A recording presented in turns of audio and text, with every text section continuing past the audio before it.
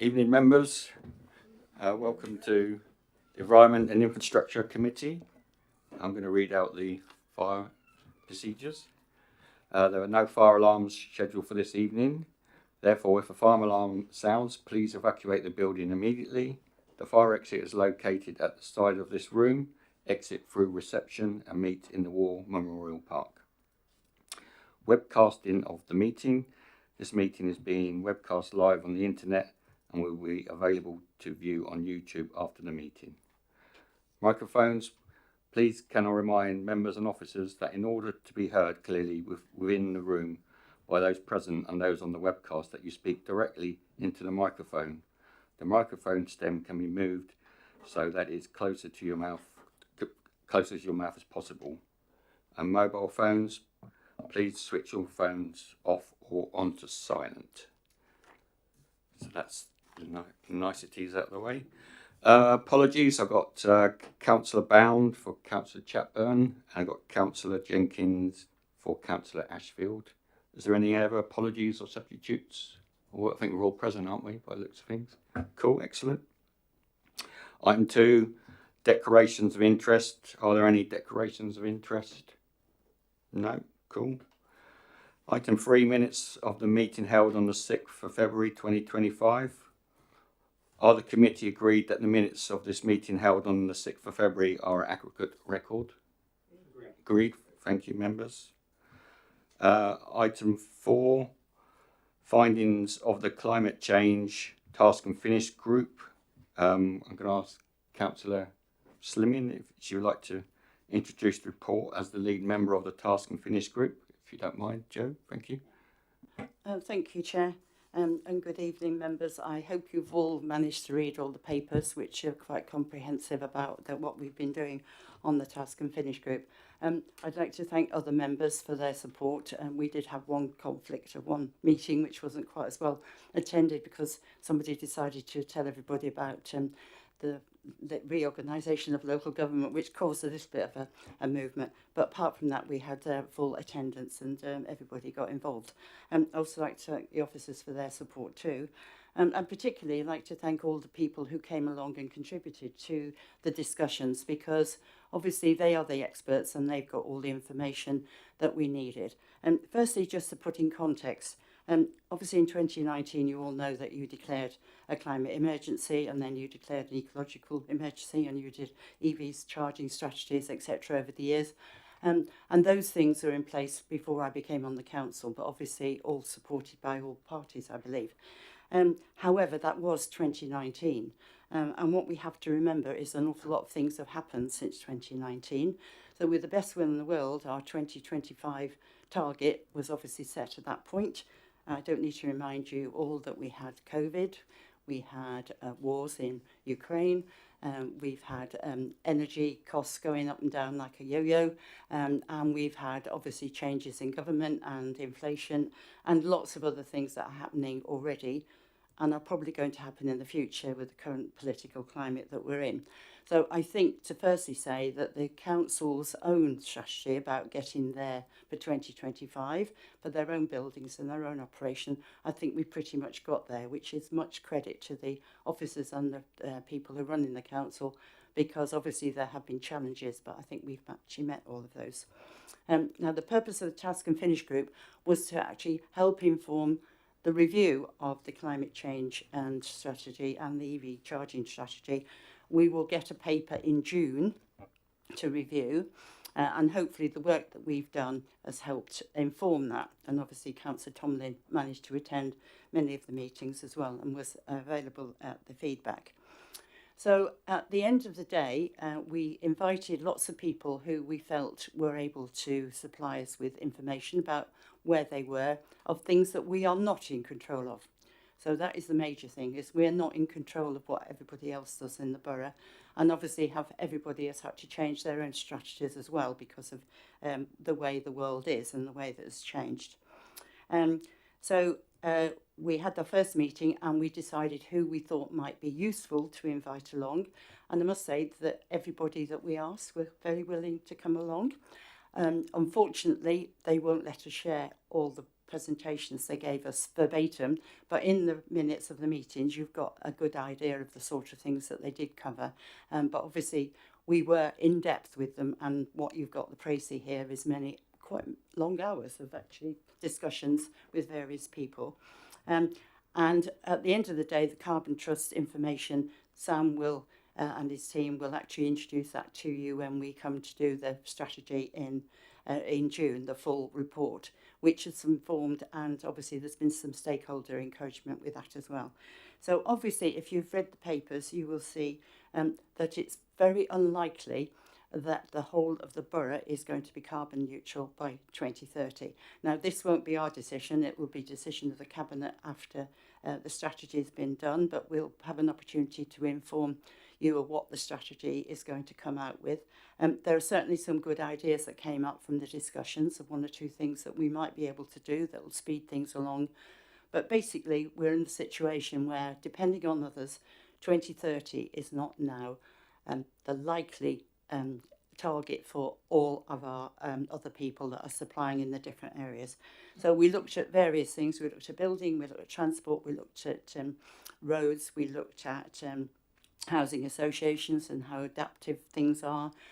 We looked at with the NFU, we had the national grid, we had lots of people coming and giving us lots of good information. So the report actually reflects that information, and what we are now advising you is what we think, and obviously that work will now go forward, and the strategy team will have a look at that with the Cabinet member, and you'll get a report of what the strategy may become in whatever year they decide on in June.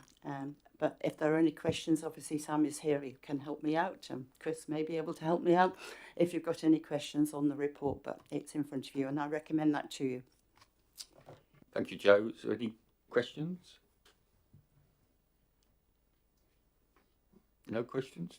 Comments then? Paul, do I take it, Joe, we're going to start going through this report? Well, yeah, you can pick out, I wasn't going to go by page, but I mean, if you just pick out the questions yeah, I got one question. We use this expression, the borough to be carbon neutral or whatever. Exactly what do we mean?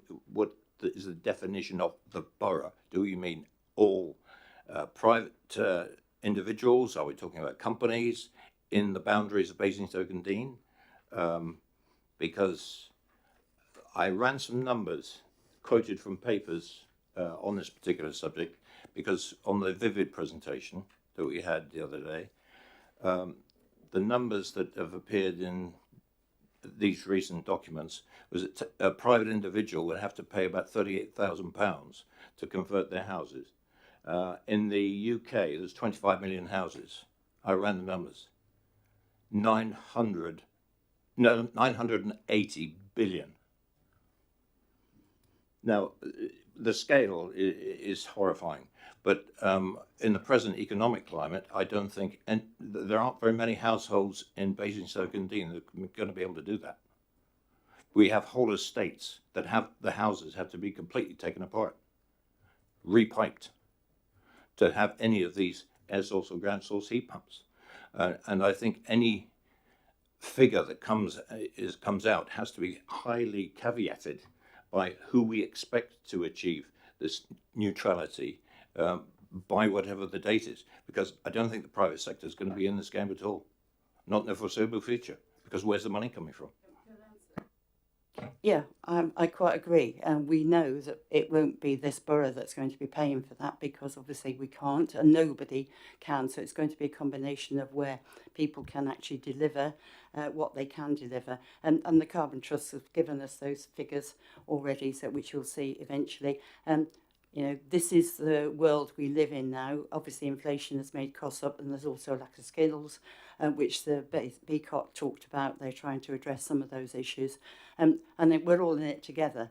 And I think obviously the definition of what's carbon neutral is you give out, you don't make more than you put out, you save. So you've just, it's just the word neutral is the word.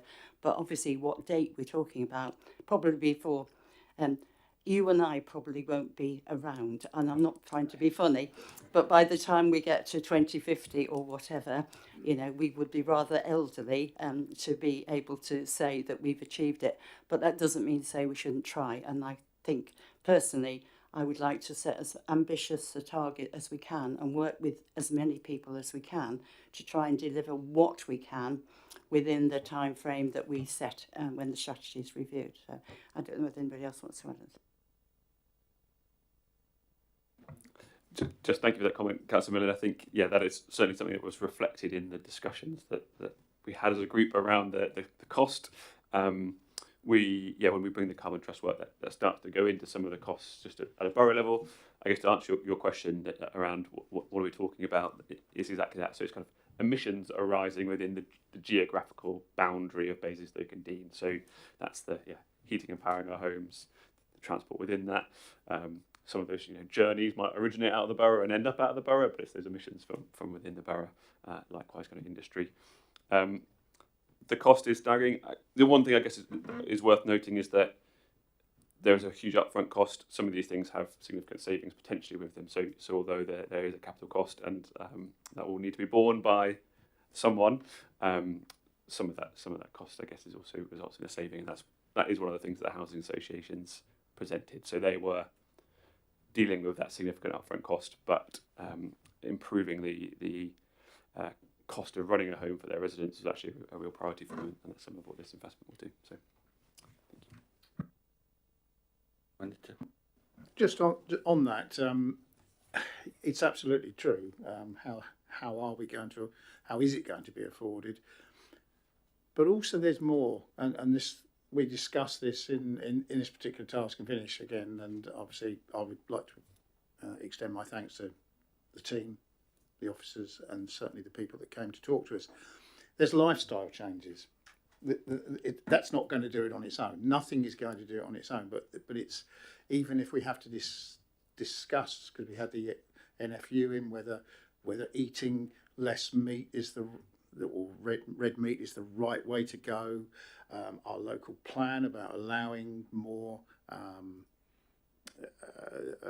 low carbon energy to be generated in the borough. All of those things have got to help the whole situation. And I think the one thing, of course, is that whilst if you could afford things like air source heat pumps in your house, the big elephant in the room is the fact that it uses electricity, and electricity is a massive cost at the moment. So we are so dependent on what happens in the world, what happens in the government, what happens going forward. So this is a kind of a gathering of information about the challenges, how we're going to do it, and what we can do, because it extends to waste and reuse and just changing the way I've got my push bike, I have to pump the tyres up. It's that kind of thing. That we have to walk more. It's not the easiest of things, but maybe this borough can produce strategies that would encourage those sort of change. Well, I wouldn't say they're for free, but that type of change. And then we just have to work with... we learned very good things about how Basingstoke is certainly headed in the right direction to becoming possibly a green economy, the BCOT and places like that. That was very positive. We learnt the courses, the training, and how we extend further into those sort of sciences, encouraging people to come through from the schools. So, there's an awful lot of work we can do, but the big thing, you're absolutely right, is how we afford those things. But maybe we have a breakthrough. Maybe there's someone lurking out there who's got some invention that we haven't got yet that's going to solve it all. But anyway, it was very useful. So I do thank everybody, and we'll make the best of it. Don't worry about that. Thanks, Chair. Is there any more comments or questions, or is everybody content? Sorry, one thing, today I've been in London at the Research and Campaign for Citizens Advice Conference, and interestingly something came up that's being dealt with in another committee, which is actually that housing associations are forcing people to remove their carpets and throw them away and burn them. And there's obviously, we've got motions through the council which council vote, brought and which we've raised through your committee as well. And there's other Citizens of Christ across the country have done some work of how much carbon is being absolutely wasted and generated by burning all these carpets. And obviously when we had Vivid and SNG at our meeting, I didn't think to ask them that question. But again, that is another thing that potentially we could ask our housing associations to realise the cost of actually doing that, the waste, and also they do insist on people replacing their white goods and losing them. So again, that's another huge wasteful thing that we didn't cover under our waste strategy. We did have them, obviously the officers from the waste team, but we didn't think about that. And of course, every minute there's something bigger because this is such a broad subject. But obviously in the future, maybe we can ask them and explain to them that it's not very green to get rid of all these carpets, and there are ways of dealing with it, which I shall talk to Rachel Wilson about, and maybe she'll talk to the housing associations about it. But I thought that was quite interesting that came up today, just ahead of this committee, to add to the things that we know. Thank you. Is there any more then? No? We're all content? So the recommendations on page 8.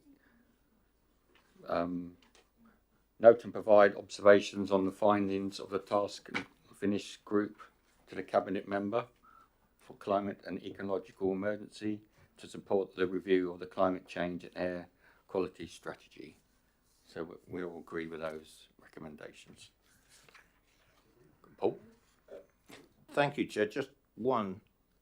The one thing that disturbs the presentation on that Vivid presentation, Vivid were asked if they were going to install heat pumps into new builds. No, we're installing gas boilers. That should be a wake-up call as well into new property. That's not helping the situation at all. I just leave that one.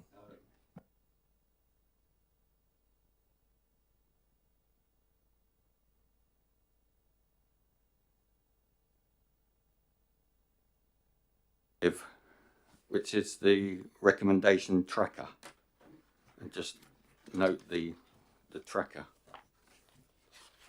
which we have done that on page 31.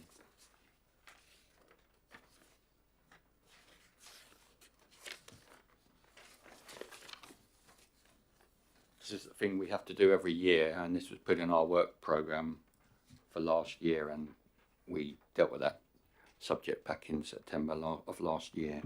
So we just note that we've done it. Joe? I believe at the last meeting we talked about, once the task and finish group for climate change was finished, that we would actually start a new group looking at the biodiversity side of things, i.e. the ecological emergency. That's on the next review of the work programme. It's on the work programme. Sorry, I just wanted to remind you that perhaps it should be in the tracker so that we make sure we don't lose sight of it. I know Councillor Chapman's not here because he's enjoying himself elsewhere, but I thought I'd just put an oar in. No, we can put that down as a marker for something that we should do, for the next municipal year. So we're all content with the tracker. Item 6 then, review of the work programme, which is on page 33. Paul, did you have something? Yes, I've got nothing to add other than the TBC, review of the work programme process, which I submitted. But I wanted to bring another topic up on this, under this general heading, please, Chairman. And I'm going to address this to yourself and to the portfolio holder. I found that we've gathered here this evening to look at rather what I would term a thin agenda. And I looked at the terms of reference for this committee in the Constitution. It's TOR 4.42, if anybody wants to look at it, and just remind myself what the full council agreed on the TORs of the various committees. And I looked down it, and bearing in mind the activities that are going on in this council, what are coming up in the future, but we're not getting them to this committee. And I'm just going to pick out a couple. We've already addressed a couple this evening. But the big ones, local plan, policy planning and planning services. When was the last time anything came to this committee? We're actively heading towards Reg 18. is this going to appear in the committees? Because this is one thing that if we don't get something going, we're going to miss Reg 18. Things have been delayed. The timescales are slipping. Building control. We've talked a lot about certain aspects of building control in this borough for years, and nothing has come back particularly on that topic to this committee. We have had sustainable travel, clean air we're addressing. We're going to be doing this in the biodiversity and the rewilding and nature recovery. The climate emergency we've addressed as well. Basingstoke Town Centre, again, that's a hot topic around this place because of the various changes of ownership, Festival Place, about the empty units that we've had. We've had nothing back to this committee, by the way. I'll remind you of the title of this committee is the Environment and Infrastructure. We've got an infrastructure deficit of hundreds of millions of pounds in this borough. We're not addressing it. We need a briefing into this committee so that we can put our thinking heads on, identify what is missing and how to address we get rid of some of that deficit. This is something that rolls along with a local plan. There are some of us in this room that saw the local plan last time. I was very heavily involved. Then we saw the infrastructure delivery plan. It needed an extra, wherever it was coming from, £130 million. But that infrastructure was absolutely critical. I see Kate nodding because I can remember having conversations with her at the time. But let's bring it back to this committee. That's what we're here for. We've got some new, fresh faces, thank goodness, within the committee. Fresh faces, to me, means new ideas. And I think that's what we need to come up with, to advise the portfolio holders, advise the cabinet, because that's our role in life. Over to you, really, Chair, because the Chair's meetings, having participated in those quite a lot in the past, that was what we did. And the Chairs made sure that we didn't have overlap within committees, because that's the critical part, which is why I think these lists of TORs were very helpful to be placed within the Constitution, so we knew where to focus our working. Thank you. Ellie, did you want to say something? Yeah, so your comments are actually quite timely because I was going to remind members today that following Selection Council, we will have another meeting of all the Overview and Scrutiny chairs. So if anyone does have any topics for any Overview and Scrutiny committee, if they could fill out a topic suggestion form, because then all of the chairs can go through and determine what's the most appropriate place for it and make sure there is no duplication or anything like that. Ellie, thank you very much for that. Sorry, Chair. Excuse me, I jumped in there.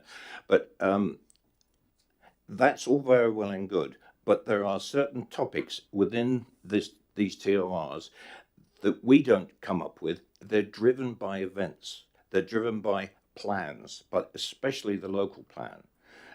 And that's when that's why I submitted my own work programme suggestion that certainly with the local government regeneration and reorganisation, that's important to our residents. We're a committee that can look at that and spread the news out to our residents. But on the terms of reference of these particular topics, for instance, the local plan, we can't come up with that. We have to be advised by the various teams, the officers who are doing this, and bring it back to this committee. We're an overview and scrutiny committee.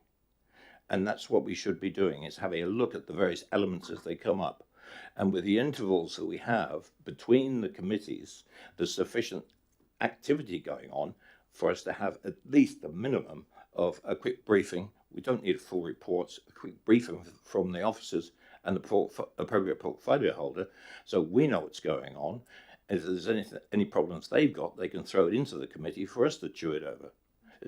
That's the way it works. But thank you. Thank you, Paul. Local plan, it's coming back to this committee in September. Obviously, the government changed the criteria in December, so officers have to go away and rework all the selection criteria, and that's promised to come back to us in September, I believe. So we will have something. We can get a briefing note for our next meeting where we actually are. I think that'd be quite good to get that on the agenda to see where we are, if we're still going to be on course for September. Sarah wants to say. So just a reminder, Chair, on the function of scrutiny is to scrutinise things that are coming forward, not just be receiving updates on that, but certainly if it's helpful for Jenny to provide an overall sort of time frame on that the revised local plan process, I think that would be helpful for committee. I mean, because it's such an important topic, and September, you know, 4 months, 5 months away, and you know, we need to feed into that process. So I think that's something we definitely get onto our agenda. Building control. Yeah, I'm quite willing for building control and the town centre both to go there. I'll bring that forward to the chairs and vice chairs of all scrutiny committees. You know, and many down as well. I think so. You know, 30 years we bought the land, and I don't think we've even turned the sod over yet. So, you know, how can we learn from experiences from that? You know. Yeah, and all the trials and tribulations with many down. So I think they're very important topics which we could look at in the next municipal year. So as Ellie said, you think of topics that are relevant to this committee, we can get it onto the work programme. So, you know, we've got some big substantial issues here in the borough which we can look to improve. Thank you. Is any more got any more comments? Thank you, Mr. Chairman. Just a brief comment on the local plan. You mentioned we promised a paper on the local plan in September. My understanding from the local development scheme, and correct me if I'm wrong, is that we're expecting a Regulation 18 consultation in the summer.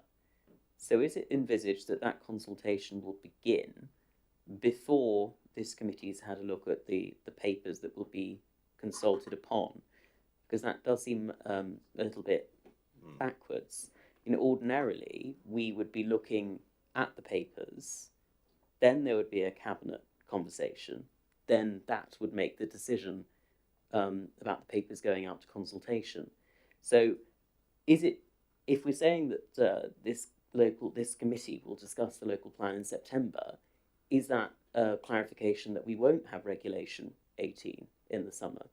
If that's the case, then that is a significant slippage that will probably have some really considerable consequences, and I think that needs to be addressed. Oh, did you want to answer that? I was just going to say we'll take that away, double check with the head of planning, and bring that back to you and confirm the time frame and when these things will be coming through committee for consideration. It always has come to this committee or previous committees that dealt with the local plan. It always came to those committees before it went to cabinet. I envisaged the same process happening. So yeah, that's good.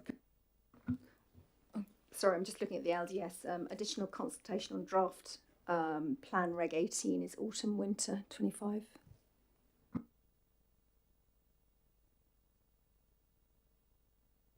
A briefing we had several months ago, and they were collating all the information during the summer, and then we would get something before it goes to cabinet in September.